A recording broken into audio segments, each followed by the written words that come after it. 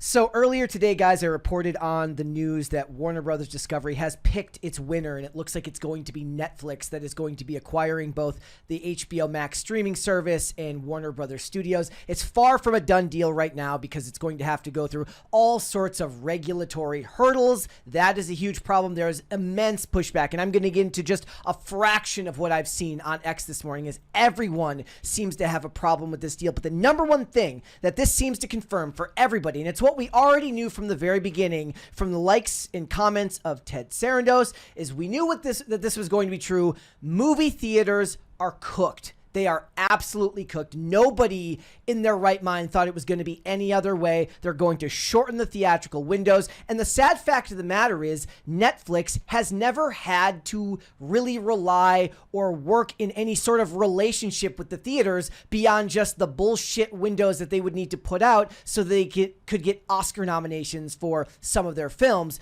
And it's kind of proven with the comments that Ted Sarandos talks about when he says that he doesn't believe that movie theaters are a user-friendly experience. He doesn't believe that long movie releases, long times in the theater for a movie are user-friendly releases. That's because he's never had to rely on the theaters. He doesn't need to have a theater-friendly release because it's a mutual give-and-take relationship. This article is from Variety. It says, Ted Sarandos insisted that Netflix has no opposition to movies in theaters, as the streamer said it expects to release Warner Brothers films theatrically if it completes its $82.7 billion deal for the studio and HBO Max.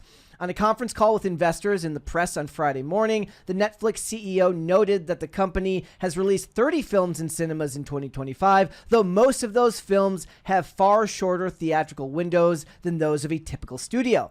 He says, it's not like we have this opposition to movies in theaters. My pushback has been mostly in the fact of long theatrical windows, which we don't really believe is consumer friendly. He refers to it as long exclusive theatrical windows, which he doesn't believe are consumer friendly. But when we talk about keeping HBO operating largely as it is, that also includes their output movie deal with Warner Brothers, which includes a life cycle that starts in the movie theater, which we are going to continue to support.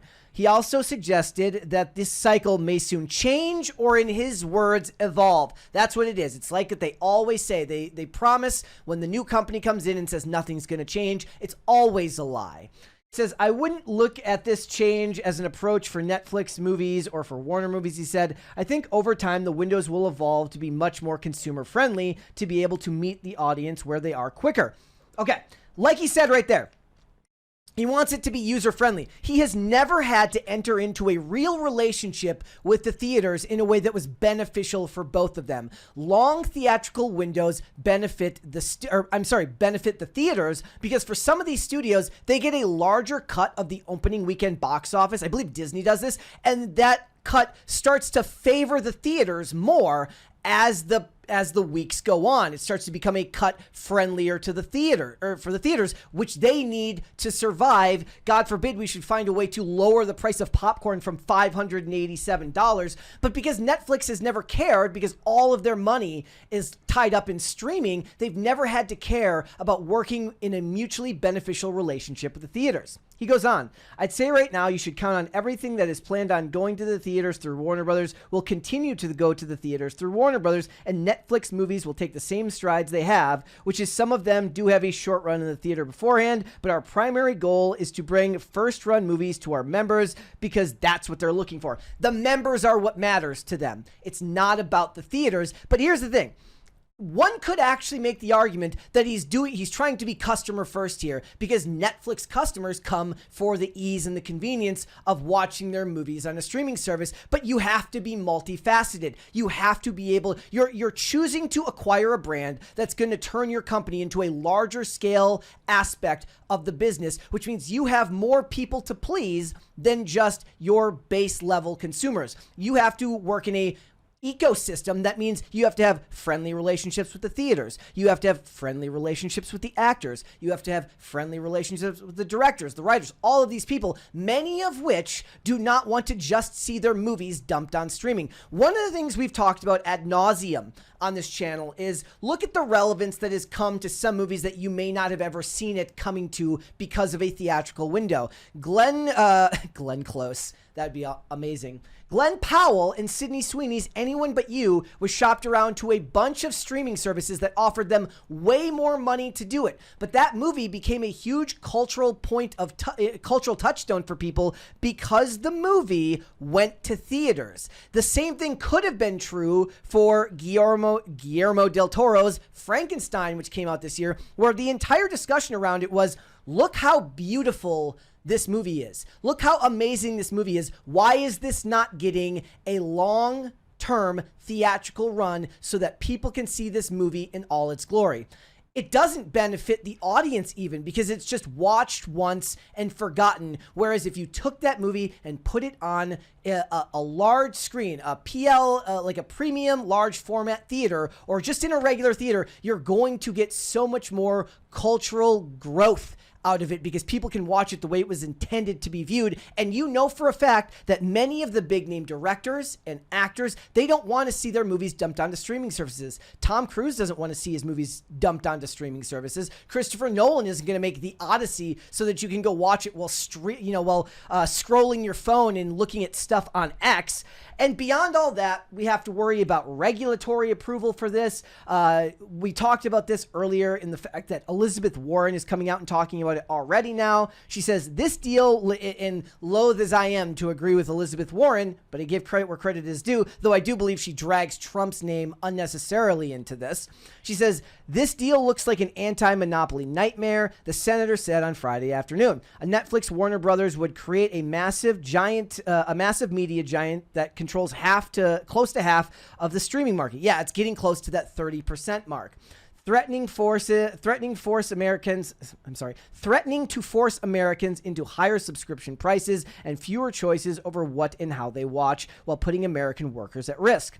Under Donald Trump, the antitrust review process has become a cesspool of political favoritism and corruption. Look, that's not even relevant to this discussion because, yes, it's true. In a lot of ways, people believed that the sale to Paramount was more likely because of Trump's relationship with the Ellisons in Paramount. But that's not even what's going on here. Netflix is no great fan. I believe Ted Sarandos did go to Mar-a-Lago at some point after Trump won the election, as all the big business CEOs went and did so because they were looking to get in his good graces. This is true of every administration. Every administration is going to have the CEOs lining up because they don't want the government cutting into their business. She said the Justice Department must enforce our nation's anti-monopoly laws fairly and transparently, not use Warner Brothers deal review to invite influence peddling and bribery. Netflix has encountered pushback from Republicans who have raised antitrust concerns about its takeover of Warner Brothers Studios and HBO Max. In a November 13th letter, I referenced this in my previous video. It was Daryl Issa, I think that's how you pronounce his name, with more than 300 million global subscribers and a vast content library. Netflix currently wields unequaled market power. Yes, it's going to hit that 30% market share of all the streaming services. That means that Warner Brothers folding into Netflix would take the number 3 streaming service and the number 1 streaming service and band them together to make something that nobody is going to be able to beat.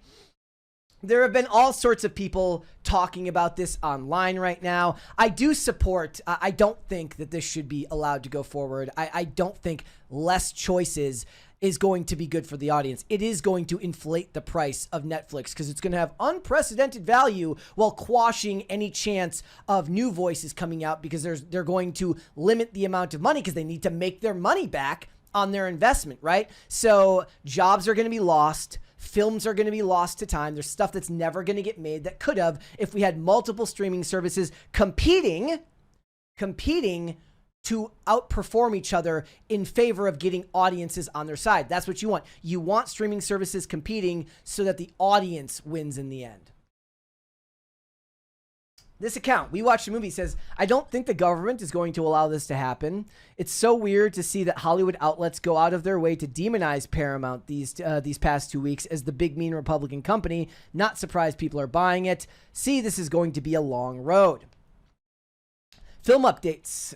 Sorry, let's go here. This is just talking about Film Updates gives a comment from David Zaslav. He says, today's announcement combines two of the greatest storytelling companies in the world to bring even more people the entertainment they love to watch the most. By coming together with Netflix, we will ensure people everywhere will continue to enjoy the world's most resonant stories for a generation to come. Yeah, he's kind of staying off, all of the information that people really have a problem with, which is all of the consolidation, the fact that maybe they don't trust Netflix, who has a dubious track record at best with their adaptations with the likes of Harry Potter or the likes of DC characters. Variety reported that the Producers Guild of America is rightly concerned about Netflix buying Warner Brothers. And this is the quote, "Producers are rightfully concerned about the potential sale and merger of our industry's most storied and meaningful studios. For the last century, the entertainment industry has employed millions of Americans, delighted audiences, and showcased the very best of America at home and abroad. As we navigate these dynamic times of economic and technological change, our industry, together with policymakers, must find a way forward that protects producers' livelihoods and promotes creativity and opportunities for workers and artists, choice for consumers, and freedom of speech. This is the test of the potential merger of sales of our legacy studio that they must pass. Within our vaults are more than content libraries. It's the character and culture of our nation." Yeah, the most important here is saying it needs to promote creativity and opportunities for workers and artists and choice for consumers. Consumers must come first. All Netflix is concerned with is growing their consumer base and hoping to lock them into just whatever they decide to make. But competition is always better for consumers. Hate to draw back to an old comparison, but what did WWE, WWF at the time, look like after they trounced WCW in the Monday Night Wars? Without competition, product stagnates. When there is nobody to compete with, you don't have to try as hard to please your audiences. You jack up the prices, you make the garbage that you want, and with limited options elsewhere, people are forced to consume your garbage. Do not do it. This person here says, "No outcome here is good because Netflix is insanely anti-art and is the progenitor of the aggressive dumbing down of all media, but good effing God, Paramount needs a massive kick in the teeth right now." They're talking about Paramount accusing Warner Brothers of an unfair bidding process, which did happen. Which they did say, they did comment on that. Yeah, there is a certain amount of Paramount and Ellison derangement syndrome that leads to a lot of that. But right now, you cannot deny that Netflix is unbelievably anti-art for the creators. Look, we've talked endlessly about the process they've implemented where they've actually instructed script writers to write in portions where the actor or the character is explaining what's going on, because Netflix is already predicting that what's going to happen is people are going to be looking at their phone while they're watching the movie, so they need somebody on screen to actually explain what's happening because they're not actually watching. That is as anti-art as it gets. Phantom says, "No major talent committed to the theatrical experience will ever work with Netflix or Warner Brothers again if the deal closes. And if Netflix tries to mess with the proper theatrical windows of the 2026 WB slate, creatives will fight back hard, especially Tom Cruise and Denis Villeneuve." I don't agree to the top part. I believe a lot of them will be very much pro theatrical release. But at the end of the day, a lot of people, they need to make a living, and Netflix will offer them paychecks that are going to draw them in, and they're going to win over a lot of people who you never thought would be making movies on streaming services, because it will be one of the few, as competition dwindles, less game in town, they're going to take the jobs that they can get. Yeah, Tom Cruise can afford to go to war for theatrical releases, but there are plenty of great working actors today that do not have such a luxury in their life. Justine Bateman herself says, "Dear theater owners, filmmakers want their films in theaters. They don't want anything to do with abruptly sending them online. Make deals with us directly. We have exactly the same objective you do." Yeah, one of the problems I had was Superman was doing okay at the box office, and then they just pulled it because they needed to get it onto HBO Max so that they could have it explain what was going to happen in Peacemaker Season 2, because the two are connected, supposedly. I don't even know if I necessarily buy that, but it was pulled from the theaters. We need long theatrical releases. This one says, "Mind you, Netflix is one of the main reasons why TV shows are dead. We used to get 22-episode seasons for a TV show every year. Even with filler, the buildup was worth it. Now we wait 3 years for 8 episodes. Yeah, that's my biggest problem. Network TV boomer network TV supremacy. Always the best model. 9 months of shooting, 10 months of shooting a year. You got 22 episodes. You got Christmas episodes. You got Halloween episodes. There was all sorts of goodness. And people complained about the bottle episodes and the filler episodes. I would argue that that is what made those shows beautiful. You got so much extra character development at times where it felt like a show was treading water. Now you get 8 episodes. It's all written at once. There's no way for the writers to gauge which characters are popular and make dynamic shifts in the midst of the writing process as the season goes on. You get 8 episodes. They dump it onto streaming. Maybe you get a weekly release, and then boom, 3 years between seasons. And by the time you're done, you're Millie Bobby Brown and you're 25 going on 50, and you were playing a teenager at the start of a child at the start of Stranger Things. That's the world we live in now. And then this was my favorite of unhinged takes that I've ever seen. This one says, "This is good news from where I see it. No red hat MAGAs, more cash flow, better access to directors. Only if they could only agree on a long theatrical window, we are set." So basically, TDS means let's destroy the whole theater industry so that you can own the conservatives. That's insane. That's bonkers. And yes, more access to directors. What it means is less cash flow, because they might have a whole ton of money at Netflix, but they just dropped billions of dollars to acquire this company, which means that there will be jobs lost. There will be cost-cutting measures. They have to make a return on investment. One of the things we've talked about endlessly is how these companies now operate more like tech brands than they do actual entertainment companies. The bottom dollar is what matters. Everything will be algorithmically created as slop. That's what you're going to get, and that's the way it's going to be going forward. You have to save the theatrical experience, because let's face it, our attention spans are freaking cooked these days. Nobody can pay attention to anything. At least I can't. I want to go see the movies in theaters when they come out. I don't think Netflix acquiring Warner Brothers is the best thing forward. I do think that this proves Ted Sarandos's comments at the beginning of this article prove that at the end of the day, they're going to whittle it down, less and less time at theaters. They want to improve the user experience. They don't want to improve the theater going experience. That is a bad thing. That is my take on the matter. If you guys don't know what our podcast is, guys, Pop Culture Crisis is live Monday through Friday, 3 p.m. Eastern Standard Time. That is, of course, noon Pacific. We go back live on Tuesday, December 9th. Monday's episode, December 8th, will be pre-recorded. We're working out all the kinks to make sure our new remote setup is working. It's been a crazy week this week, making videos, getting everything released, getting everything ready for next week, but I wouldn't have it any other way. Love my job, but let me know down below, guys, what do you think about everything going on with the possibility of Netflix acquiring Warner Brothers? It seems like the death knell to me, but I would be interested to hear it. If you want to follow me, I am on Instagram and X at Brett Dasovic on both of those platforms. Thanks for watching, guys. See you on the show. Thanks for watching. Listen to full episodes of Pop Culture Crisis on Spotify. Keep up with us on social media and make sure you subscribe and ring that bell so you never miss the show. Bye, guys.